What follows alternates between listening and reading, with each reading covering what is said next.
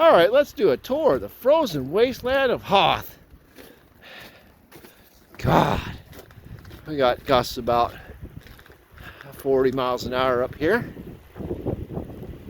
And this is the aftermath of the storm, which is ongoing because Canada's death grip doesn't want to release us in this area.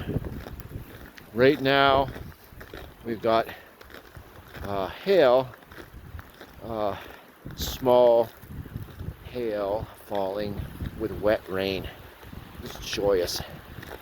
So just kind of give you an idea, all you people that want to move out to the Portland, Oregon area, this is what you get every now and then. So take a look here. See, fun.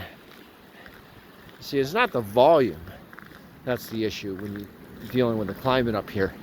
It's that borderline freezing temperatures that create ice sheets everywhere, and you can't go, you can't move. Well, you can if you want to wreck your truck or car into a neighbor's garage or into the trees, but the best thing you can do is try and prepare for the warmer weather so that the driveway's clear. But yeah, this is not a driveway you want to go down on in the winter, especially on black ice, because it goes way down there, and then it goes way down there, another bunch of hills. So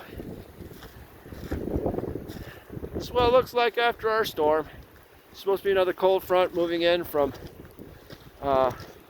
Canada, and hopefully this will break and we'll be done with this soon. All right, over and out.